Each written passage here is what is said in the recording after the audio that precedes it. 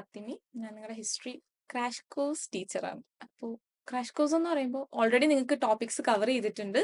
So Christmas examinations ഒക്കെ വരുമല്ലേ, അപ്പോൾ അതിന്റെ ബേസിസിൽ നിങ്ങൾക്ക് കുറച്ച് ടോപ്പിക്സ് കുറച്ചും കൂടി ഈസി ആക്കാൻ വേണ്ടിയിട്ടാണ് ഈ ഒരു കോഴ്സ് കണ്ടക്ട് ചെയ്തേക്കുന്നത്. അപ്പോൾ ക്രിസ്മസ് എക്സാമിന് ഏതൊക്കെ പോർഷൻസ് ആണെന്ന് അറിയാം. ടോട്ടലി വരുന്നത് ഹിസ്റ്ററി ബേസ്ഡ് 5 പോർഷൻസ് ആണ് വരുന്നത്. അതിനകത്ത് ഞാൻ നിങ്ങൾക്ക് എടുക്കുന്നത് ടോട്ടൽ 3 ചാപ്റ്റേഴ്സ് ആണ്. ഒന്നാമത്തെ ചാപ്റ്റർ ആണ് കൾച്ചർ ആൻഡ് നാഷണാലിസം. രണ്ടാമത്തെ ചാപ്റ്റർ സ്ട്രഗിൾ ആൻഡ് ഫ്രീഡം. മൂന്നാമത്തത് ഇന്ത്യ ആഫ്റ്റർ ഇൻഡിപെൻഡൻസ്. അപ്പോൾ നമുക്ക് 1 by 1 ആയിട്ട് ആദ്യമേ തുടങ്ങാം. ഫസ്റ്റ് ചാപ്റ്റർ ആണ് കൾച്ചർ ആൻഡ് നാഷണാലിസം. ഈ നാഷണാലിസം എന്ന് കേൾക്കുമ്പോൾ നിങ്ങൾക്ക് എന്താ ഓർമ്മ വരിക? നാഷണാലിസം എന്ന് പറയുമ്പോൾ യൂണിറ്റിയാണ്. ഇന്ത്യ എന്നത് നമ്മുടെ രാജ്യമല്ലേ. സോ ആ രാജ്യം നമ്മൾ ഇന്ത്യൻസ് ആണ് എന്നുള്ള യൂണിറ്റിയാണ് nationalism, which means sense of unity. അതായത് ജാതിയില്ല, മതമില്ല, വർണ്ണമില്ല, പിന്നെ പെർട്ടിക്കുലർ പ്ലേസ് എന്നില്ല, എല്ലാവരും ഒന്നാണ് എന്നുള്ള ഒരു ഡിസ്ക്രിമിനേഷനും ഇല്ല. എല്ലാവരും ഈക്വൽ ആണ്, എല്ലാവരും ഒന്നാണ് എന്ന് തോന്നിപ്പിക്കുന്നതാണ് നാഷണാലിസം. ഇന്ത്യ എന്നതാണ് നമ്മുടെ നേഷൻ. സോ നമ്മൾ ഇന്ത്യൻസ് ആണ് എന്ന് തോന്നിപ്പിക്കുന്നതാണ് നാഷണാലിസം. നമ്മുടെ 19th സെഞ്ചുറി നമുക്ക് നാഷണാലിസം അതായത് നമ്മൾ എല്ലാവരും ഇന്ത്യൻസ് ആണ്. ആൻഡ് ഈ നാഷണാലിസം നമുക്ക് കിട്ടുന്നത് എന്താണ്, നമ്മളെല്ലാവരും ഒന്ന് എന്നുള്ള ഒരു തോന്നിപ്പിക്കുമ്പോഴാണല്ലോ. സോ അതിന് വേണ്ടിയിട്ട് നമ്മുടെ അതായത് സോഷ്യൽ റിഫോമേഴ്സും അതേപോലെ തന്നെ പല ആൾക്കാരും കുറെ സ്ട്രഗിൾ ചെയ്തിട്ടുണ്ട്. കാരണം എന്താ, ബ്രിട്ടീഷേഴ്സ് ഉണ്ട്, കൊളോണിയൽ റൂളാണ്. സോ അവരിൽ നിന്നൊക്കെ നമുക്ക് എന്ത് വേണം? ഫ്രീഡം വേണം. സോ അതിന് വേണ്ടിയിട്ട് കുറേ കാര്യങ്ങൾ ചെയ്തിട്ടുണ്ട്. സോ 19th സെഞ്ചുറിയിൽ, അതായത് ആ ഒരു 1947 ആ ഒരു ബാക്ക്ഗ്രൗണ്ട് ഒക്കെ ഉണ്ടല്ലോ, 19th സെഞ്ചുറിയിൽ 2 ടൈപ്പ് ഓഫ് പ്രൊട്ടസ്റ്റ് ആണ് മെയിൻ ആയിട്ട് നടന്നത്. ഒന്ന് ഐഡിയോളജിക്കൽ പ്രൊട്ടസ്റ്റ്, രണ്ടാമത് കൾച്ചറലി ഉള്ള പ്രൊട്ടസ്റ്റ്. ഐഡിയോളജിക്കലി എന്ന് പറയുമ്പോൾ എങ്ങനെയാ വരിക? നമ്മളെ എക്കണോമിക് എക്സ്പ്ലോയിറ്റേഷൻസ് വരും, അത് ഓഫ് കൊളോണിയൽ ഫോഴ്സസിന്റെ എക്കണോമിക് എക്സ്പ്ലോയിറ്റേഷൻ. നമ്മൾ ഏതൊക്കെ രീതിയിലാണ് അവർ ചൂഷണം ചെയ്തിട്ടുള്ളത് എന്നുള്ളത് നമുക്ക് മനസ്സിലാവുന്ന കാര്യമാണ്. അതിനകത്ത് ഏറ്റവും വലിയ ഉദാഹരണമാണ് ഈ ഫാമേഴ്സിനെ അവരെ മാക്സിമം യൂസ് ചെയ്തിട്ട് അവർക്ക് കൊടുക്കേണ്ടത് കൊടുക്കത്തില്ല, സാലറീസ് പ്രൊവൈഡ് ചെയ്യത്തില്ല. അതേ കണക്ക് തന്നെ അവരെ നിന്ന് എന്ത് മേടിക്കുക? കുറേ ടാക്സസ് മേടിക്കുക. അങ്ങനെ ചൂഷണം ചെയ്ത് അവരെ ഇല്ലാണ്ടാക്കുന്ന ഒരു രീതിയിലേക്ക് ആരെത്തി? ബ്രിട്ടീഷേഴ്സ് എത്തി. രണ്ടാമത്തത് കൾച്ചറൽ എന്ന് പറയുമ്പോൾ എങ്ങനെ വരും? ഇനിക്വാളിറ്റി ഉണ്ട്, അതുപോലെ തന്നെ വയലേഷൻ ഓഫ് റൈറ്റ്സ് ഉണ്ട്. ഇനിക്വാളിറ്റി എന്താ? ഇനിക്വാളിറ്റി എന്ന് പറയുമ്പോൾ ജാതിയുടെ, അതേപോലെ തന്നെ മതത്തിന്റെ, അതേപോലെ തന്നെ പ്രദേശത്തിന്റെ, അങ്ങനെയൊക്കെ അടിസ്ഥാനത്തിൽ നമ്മളെ ഡിസ്ക്രിമിനേറ്റ് ചെയ്യുക. എല്ലാവർക്കും തുല്യ അവകാശം, തുല്യ നീതി എന്നൊക്കെ നമ്മൾ ഇപ്പൊ പറയുന്നെങ്കിലും അന്ന് അതൊന്നും ഉണ്ടായിരുന്നില്ല. സോ സോഷ്യൽ ഇനിക്വാളിറ്റി എക്സിസ്റ്റ് ചെയ്തിരുന്നു. അതുകൊണ്ട് തന്നെ നമുക്ക് റൈറ്റ്സ് ഉണ്ടായിരുന്നോ? നമുക്ക് റൈറ്റ്സ് ഉണ്ടായിരുന്നില്ല. നമുക്ക് ഒന്നിനും റൈറ്റ്സ് ഉണ്ടായിരുന്നില്ല. നമുക്ക് ആഹാരം കഴിക്കാൻ റൈറ്റ് ഉണ്ടായിരുന്നില്ല, നമുക്ക് ഇഷ്ടപ്പെട്ട ക്രോപ്പ് അവിടെ പ്രൊഡ്യൂസ് ചെയ്യാനുള്ള റൈറ്റ് ഉണ്ടായിരുന്നില്ല, നമുക്ക് ട്രാവൽ ചെയ്യാനുള്ള റൈറ്റ് ഉണ്ടായിരുന്നില്ല, നമുക്ക് ഇഷ്ടപ്പെട്ട ഡ്രസ്സ് ധരിക്കാനുള്ള റൈറ്റ് ഉണ്ടായിരുന്നില്ല. സോ അതേപോലെ തന്നെ നമുക്ക് പറയാൻ, നമ്മുടെ അവകാശങ്ങൾക്ക് വേണ്ടി വാദിക്കാനുള്ള റൈറ്റ് അതും ഉണ്ടായിരുന്നില്ല. പിന്നുള്ളത് സോഷ്യൽ ഈവിൾസ് എന്താ? The main example is sati. എന്താണെന്നറിയാം? ഹസ്ബൻഡ് മരിക്കുക, ആ ഹസ്ബൻഡിന് ചിതയൊരുക്കുമല്ലോ, ആ ചിതയിലോട്ട് വൈഫിനെ എടുത്ത് ഇടുക, അല്ലെങ്കിൽ വൈഫ് ചാടി മരിക്കുക, അതാണ് സതി. ഇപ്പം സ്ത്രീകൾക്ക് എഗെയിൻസ്റ്റ് ആയിട്ടുള്ള അന്ന് പ്രിവെയിൽ ചെയ്തിരുന്ന സ്ത്രീകൾക്ക് എഗെയിൻസ്റ്റ് ആയിട്ടുള്ള ഏറ്റവും വലിയ സോഷ്യൽ ഈവിൾ ആണ് സതി എന്ന് പറയുന്നത്. അതേപോലെ അന്ന് എക്സിസ്റ്റ് ചെയ്തിരുന്ന വേറൊരു സോഷ്യൽ ഈവിൾ ആയിരുന്നു ഈ ചൈൽഡ് മാരേജ്. കുട്ടികളെ, അതായത് 6, 7, 8 വയസ്സുള്ള കുട്ടികളെ പിടിച്ച് കല്യാണം കഴിപ്പിക്കുക. സോ ഇങ്ങനെയുള്ള കുറച്ച് സോഷ്യൽ ഈവിൾസ് എക്സിസ്റ്റ് ചെയ്തിരുന്നു. സോ ഇതിനൊക്കെ എഗെയിൻസ്റ്റ് ആയിട്ട് 19th സെഞ്ചുറിയിൽ പ്രൊട്ടസ്റ്റുകൾ നടന്നിട്ടുണ്ട്. അടുത്തത് കൊളോണിയൽ റൂളും നാഷണാലിസവും. നമുക്ക് എവിടെ എന്തുണ്ട്? കൊളോണിയൽ റൂൾ ഉണ്ട്. കൊളോണിയൽ റൂൾ എന്താ? ഈ ബ്രിട്ടീഷുകാര് നമ്മുടെ രാജ്യത്ത് വന്ന് ഭരിച്ചു. അതായത് നമ്മുടെ എല്ലാ കാര്യങ്ങളും അവരെടുത്തു. അതായത് നമ്മുടെ എക്കണോമിക്കലി ആയിട്ടുള്ള നമ്മളുടെ കുറേ സമ്പത്തുണ്ട്, അത് അവരെടുത്തു. അവര് നമ്മളെ കൺട്രോൾ ചെയ്തു എല്ലാ രീതിയിലും. നമ്മുടെ രാജാക്കന്മാർ, നമുക്ക് ഒരുപാട് പ്രിൻസ്ലി സ്റ്റേറ്റ്സ് ഒക്കെ ഉണ്ട്, നമ്മളത് പഠിക്കും. സോ ഈ പ്രിൻസ്ലി സ്റ്റേറ്റ്സിനെ വരെ അവിടുത്തെ രാജാക്കന്മാരെ സ്വാധീനിച്ചിട്ട് അവർ കൺട്രോൾ ചെയ്യാൻ തുടങ്ങി. സോ ഈ രാജാക്കന്മാര്, അവിടെ പ്രിൻസ്ലി സ്റ്റേറ്റ്സ് ഉണ്ട്, രാജാക്കന്മാരുണ്ട്, പക്ഷെ അവിടെ അതിലും പവറായിട്ട് നിൽക്കുന്ന ആരാണ്? ഈ ബ്രിട്ടീഷേഴ്സ് ആണ്. സോ പല രീതിയിലും ഈ ബ്രിട്ടീഷുകാർ നമ്മളെ കൺട്രോൾ ചെയ്യാൻ തുടങ്ങി. അവര് കൊളോണിയലിസം കൊണ്ടുവന്നു. അപ്പോൾ കൊളോണിയൽ റൂൾ.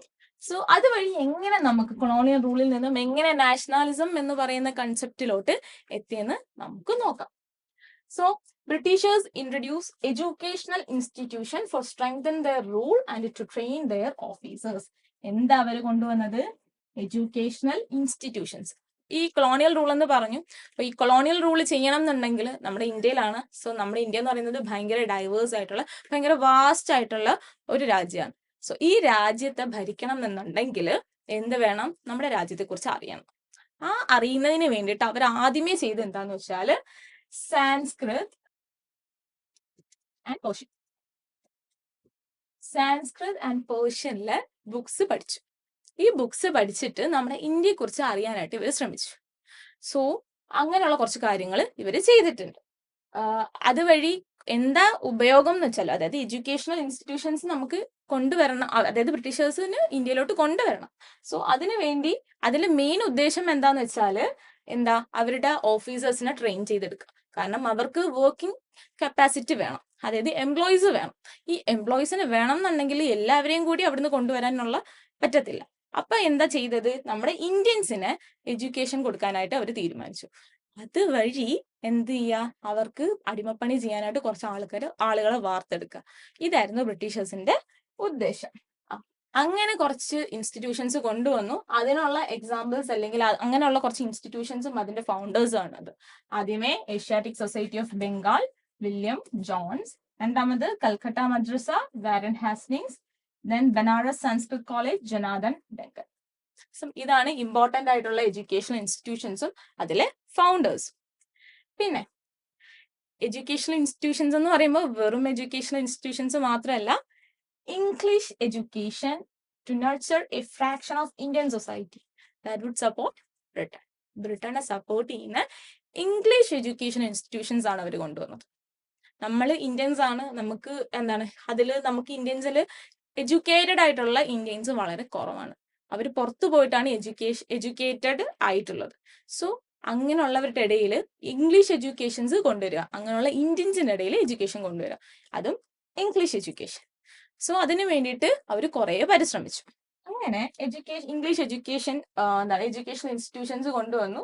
സോ അതിന് മെയിൻലി വഹിച്ചതാണ് ലോർഡ് മക്കാളെ. ക്ലിയർ അല്ല? ലോർഡ് മക്കാളെ ഇദ്ദേഹമാണ് ഇംഗ്ലീഷ് എഡ്യൂക്കേഷൻ നമുക്ക് കൊണ്ടുവരാണെന്ന് പറഞ്ഞത്. അദ്ദേഹത്തിന്റെ ഒരു കോട്ടാണിത്. Our aim is to create a class of persons Indians in blood and colour but English in taste, in opinions, in morals and in intellect. ഇതുകൊണ്ട് എന്താ ഉദ്ദേശിക്കുന്നത്? അവിടെ ഒരു ക്വസ്റ്റ്യൻ തന്നെ ഉണ്ട്. Can you find out the objects of English education in India from his statement എന്നുള്ളത്. ഇതുകൊണ്ട് എന്താ ഉദ്ദേശിക്കുന്നത് നോക്കാം. അതായത് ഫസ്റ്റ് പോയിന്റ് എന്ന് പറയുമ്പോൾ to prepare a generation that favours English styles. English styles interest ഉള്ള ഒരു ജനറേഷനെ വാർത്തെടുക്കുക. അതായത് ഇംഗ്ലീഷ് കൾച്ചറാണ് എല്ലാം, ആ സ്റ്റൈൽസ് നമ്മൾ ഫോളോ ചെയ്യണം എന്നുദ്ദേശിച്ചിട്ട് അങ്ങനെയുള്ള ഒരു ജനറേഷനെ നമ്മൾ വാർത്തെടുക്കുക. രണ്ടാമത്തെ പോയിന്റ് ആണ് impose interest towards British culture. British കൾച്ചറിനോട് കുറേ ഇൻട്രസ്റ്റ് തോന്നും. അവരുടെ ക്ലോത്തിങ്സ്, അവരുടെ ഫുഡ്, അതുപോലെ തന്നെ അവരുടെ വേ ഓഫ് ടോക്കിംഗ്, അവരുടെ ജോബ്സ്, ഇതിനോടൊക്കെ നമുക്ക് കുറേ ഇൻട്രസ്റ്റ് തോന്നുക. അതാണ് ഈ ബ്രിട്ടീഷ് കൾച്ചർ കൊണ്ട് ഉദ്ദേശിക്കുന്നത്. മൂന്നാമത്തെ പോയിന്റ് ആണ് to make people work under the British rule. Important point. അവർക്ക് അടിമപ്പണി ചെയ്യാനുള്ള ആൾക്കാരെ വാർത്തെടുക്കുക, അവരുടെ കീഴിൽ വർക്ക് ചെയ്യാൻ, അവരുടെ കാര്യങ്ങളെല്ലാം നോക്കാൻ. അതായത് ഇവിടെ വന്ന് ഭരിച്ചിട്ട്, ഇവിടെ വന്ന് മുടിപ്പിച്ചിട്ട്, ഇവിടുത്തെ ആൾക്കാരെ തന്നെ അവർക്ക് എന്താക്കിയെടുക്കുക? പണിയെടുപ്പിക്കാനാക്കി വാർത്തെടുക്കുക എന്നുള്ളതായിരുന്നു ഈ ഒരു ഇംഗ്ലീഷ് എഡ്യൂക്കേഷന്റെ ഇമ്പോർട്ടൻസ്. അടുത്തത് സോഷ്യൽ റിഫോംസും. അതിനു മുന്നേ ഇപ്പോ ഈ ഇംഗ്ലീഷ് എഡ്യൂക്കേഷൻ കൊണ്ടുവന്നല്ലോ, ഞാൻ ഓൾറെഡി പറഞ്ഞു. ഈ ഇംഗ്ലീഷ് എഡ്യൂക്കേഷൻ ഇപ്പോൾ നമ്മളുടെ ഇന്ത്യൻസില് എഡ്യൂക്കേറ്റഡ് ആയിട്ടുള്ള ഇന്ത്യൻസ് വളരെ കുറവാണ്. സോ ഈ ഒരു കൾച്ചറൽ ഇൻവേഷൻ വളരെ നമുക്ക് ഭയങ്കരമായിട്ട് നെഗറ്റീവ്ലി ബാധിക്കുമെന്ന് ഈ എഡ്യൂക്കേറ്റഡ് ആയിട്ടുള്ള അവർക്ക് അറിയാമായിരുന്നു. അപ്പൊ അവരെന്താ ചെയ്തതെന്ന് വെച്ചാൽ എങ്ങനെയെങ്കിലും ഈ ഒരു കൾച്ചറൽ ഇൻവേഷൻ തടയണം.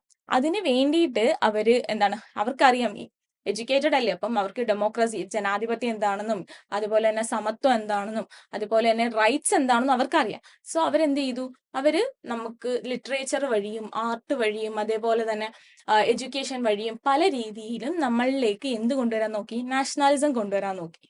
സോ അങ്ങനെയുള്ളവരെ വിളിക്കുന്ന പേരാണ് social reformers. Social reformers, social reformers എന്നുള്ളത്. സോ ആ സോഷ്യൽ റിഫോമേഴ്സ് ചെയ്ത സോഷ്യൽ റിഫോംസ് എന്താണെന്ന് നമുക്ക് നോക്കാം. ആദ്യമേ സോഷ്യൽ റിഫോംസിന് 2 ഒബ്ജക്റ്റീവ്സ് ആണ് മെയിൻ ആയിട്ടുള്ളത്. ഒന്നാമത്തെ ഒബ്ജക്റ്റീവ് എന്ന് പറയുന്നത് eradicate social evils and superstitions that existed in the Indian society. നമ്മൾ ഓൾറെഡി പറഞ്ഞ സോഷ്യൽ ഈവിൾസ് എന്താണെന്നുള്ളത്, ഈ സതി, അതുപോലെ തന്നെ ചൈൽഡ് മാരേജ്, അതേപോലെ തന്നെ ഈ വിഡോ റീമാരേജ് ഒന്നും ആ സമയത്ത് ഉണ്ടായിരുന്നില്ല. അതൊക്കെ കുറെ ഭയങ്കര വലിയ എന്താണ് സോഷ്യൽ ഈവിൾസ് ആയിരുന്നു. സൂപ്പർസ്റ്റിഷൻസ് ആയിരുന്നു. സൂപ്പർസ്റ്റിഷൻസിനകത്തും പെടുന്ന ഒന്നാണ് സതി എന്ന് പറയുന്നത്. അതുപോലെ തന്നെ ഫീമെയിൽ ഇൻഫാന്റിസൈഡ്. അത് നമുക്ക് എന്താണെന്ന് നോക്കാം കേട്ടോ. അപ്പോൾ ഇതുപോലെയുള്ള കാര്യങ്ങൾ ഇന്ത്യൻ സൊസൈറ്റിയിൽ നിന്ന് ഇറാഡിക്കേറ്റ് ചെയ്യാന്നുള്ളതായിരുന്നു സോഷ്യൽ റിഫോമേഴ്സിന്റെ ആദ്യത്തെ ഉദ്ദേശം. രണ്ടാമത്തത് എന്ന് പറയുമ്പോൾ to ensure equal civil rights to education, travel and resort. വിദ്യാഭ്യാസത്തിനും വസ്ത്രം ധരിക്കാനും അതുപോലെ തന്നെ യാത്രകൾ ചെയ്യാനുമായിട്ട് എല്ലാവർക്കും തുല്യാവകാശം. അതും ഇതിന്റെ ഒരു മെയിൻ ഒബ്ജക്റ്റീവാണ്. അടുത്തതാണ് സോഷ്യൽ റിഫോമേഴ്സും അവരുടെ മൂവ്മെന്റ്സും. ഇത് ഇമ്പോർട്ടന്റ് ആണ്, എല്ലാം ഒന്നും പഠിക്കേണ്ട ആവശ്യമില്ല, ബട്ട് കുറച്ച് കാര്യങ്ങൾ നമ്മൾ അറിഞ്ഞിരിക്കണം. ആര്യ സമാജ്, അദ്ദേഹത്തിന്റെ സ്വാമി ദയാനന്ദ സരസ്വതിയുടെ മൂവ്മെന്റ് ആണ് ആര്യ സമാജ്. അദ്ദേഹം എന്തിനു വേണ്ടിയിട്ടാ, അദ്ദേഹത്തിന്റെ ഐഡിയോളജി എന്താന്ന് വെച്ചാല് campaigned against idol worship and child മാരേജും അതേപോലെ തന്നെ ഐഡൽ വർഷിപ്പിനും എഗെയിൻസ്റ്റ് ആയിട്ട് അദ്ദേഹം ക്യാമ്പയിൻ ചെയ്തു. രണ്ടാമത്തത് രാമകൃഷ്ണ മിഷൻ, സ്വാമി വിവേകാനന്ദ. അദ്ദേഹത്തിന്റെ ഐഡിയോളജി എന്തായിരുന്നു, കാസ്റ്റ് സിസ്റ്റം ഒപ്പോസ് ചെയ്യുക, അതേപോലെ തന്നെ liberty, equality and freedom of thought എന്ന് പറയുന്ന കൺസെപ്റ്റ്സ് നമ്മളിലേക്ക് എത്തിക്കുക. ഇതൊക്കെയായിരുന്നു സ്വാമി വിവേകാനന്ദയുടെ ഐഡിയോളജി എന്ന് പറയുന്നത്. പിന്നുള്ളത് അലിഗഡ് മൂവ്മെന്റ് സർ സയ്യിദ് അഹമ്മദ് ഖാൻ. അദ്ദേഹത്തിന്റെ ideology advocated for social and educational uplift of Indian മുസ്ലിംസിന് വേണ്ടിയിട്ട് എഡ്യൂക്കേഷണൽ ആയിട്ടുള്ള അല്ലെങ്കിൽ സോഷ്യൽ ആയിട്ടുള്ള കാര്യങ്ങൾ ചെയ്തു കൊടുക്കുക. അടുത്തത് പ്രാർത്ഥന സമാജ്, ആത്മറാം പണ്ടൂറാങ്. അദ്ദേഹത്തിന്റെ ഐഡിയോളജി എന്താ, ഇന്റർ ഡൈനിങ്, അതുപോലെ തന്നെ intercaste marriage, widow remarriage and uplift of women and backward classes. ഇതെല്ലാം എന്താണ് ആൾക്കാരിലേക്ക് എത്തിക്കുക, വിഡോ റീമാരേജ് കൊണ്ടുവരിക, അതുപോലെ തന്നെ ബാക്ക്വേർഡ് ക്ലാസസിനും വിമൻസിനും ഉള്ള അപ്ലിഫ്റ്റ്മെന്റ്, അവരെ മുൻനിരയിലേക്ക് കൊണ്ടുവരും. അവരെന്തിനാണ് പിറകോട്ട് നിർത്തുന്നത്, അവരെ മുന്നിലോട്ട് വരേണ്ട ആൾക്കാരാണ് എന്നുള്ള തോട്ട് അദ്ദേഹം ആൾക്കാരുടെ ഇടയിലേക്ക് വ്യാപിപ്പിച്ചു. അടുത്തത് തിയോസഫിക്കൽ സൊസൈറ്റി, ആനി ബെസന്റ്. അദ്ദേഹം ഹിന്ദു റിലീജിയന്റെ റിസർജൻസിന് വേണ്ടിയിട്ട്, അതായത് അവരുടെ പുരോഗമനങ്ങൾക്ക് വേണ്ടിയിട്ടുള്ള കാര്യങ്ങൾ ചെയ്തു. പിന്നുള്ളത് ഹിതകരണി സമാജ്, വീരസലിംഗം. എന്താണ് പുള്ളിയുടെ ideology, campaign for widow remarriage and women എഡ്യൂക്കേഷനും വിഡോ റീമാരേജ്. അപ്പം ഒന്ന് ആലോചിച്ച് നോക്കണം, വിഡോ റീമാരേജ് എന്ന് പറയുന്നത് എന്തുമാത്രം ഇമ്പോർട്ടന്റ് ആയിട്ടുള്ള ഒരു കൺസെപ്റ്റ് ആയിരുന്നു എന്നുള്ളത്. ഭർത്താവ് മരിക്കുക, ഭർത്താവിന്റെ ചിതയിലേക്ക് ചാടി മരിക്കുക, അങ്ങനെ ഒരു സമ്പ്രദായത്തിൽ നിന്നും ആ സ്ത്രീക്കും എന്ത് വേണം, ജീവിതം വേണം എന്നുള്ള ഒരു കൺസെപ്റ്റ് കൊണ്ടുവരുന്നതാണ് വിഡോ റീമാരേജ്. അടുത്തത് Satyashodhak Samaj, Jyotiba Phule. Opposed social evils and domination of priest, പുരോഹിതന്മാര് അവരുടെ ഡൊമിനേഷന് എന്താണ് ഒപ്പോസ് ചെയ്തു. അതുപോലെ തന്നെ സോഷ്യൽ ഈവിൾസും ആൻഡ് പ്രാക്ടീസസും അദ്ദേഹം ഒപ്പോസ് ചെയ്തു.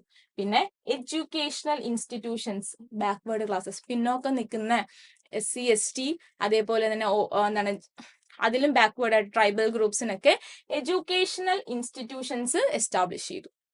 പിന്നെ self respect movement, EV Ramaswamy Naicker. Opposed Brahmanical supremacy and caste system. നമ്മുടെ ഇന്ത്യയിൽ ഏറ്റവും കൂടുതൽ പ്രിവെയിൽഡ് ആയിട്ട് നിന്നിരുന്ന ഒരു സംഭവമാണ് ബ്രാഹ്മണിക്കൽ സപ്രമസി, അതുപോലെ തന്നെ കാസ്റ്റ് സിസ്റ്റം.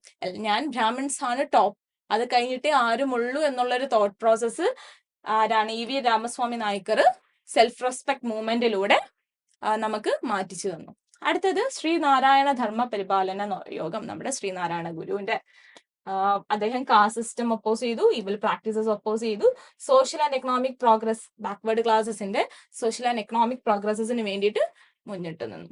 അപ്പം ഇത്രയാണ് ആരുടെ നമ്മുടെ സോഷ്യൽ റിഫോമേഴ്സും അവരുടെ മൂവ്മെന്റും അവരുടെ ഐഡിയോളജീസും. ഇതിനകത്ത് അത്യാവശ്യം വായിച്ചു വെക്കുക, ബോക്സസ് ആയിട്ട് പ്രീവിയസ് ക്വസ്റ്റ്യൻസിനകത്തൊക്കെ ഉള്ളതാണ് കേട്ടോ.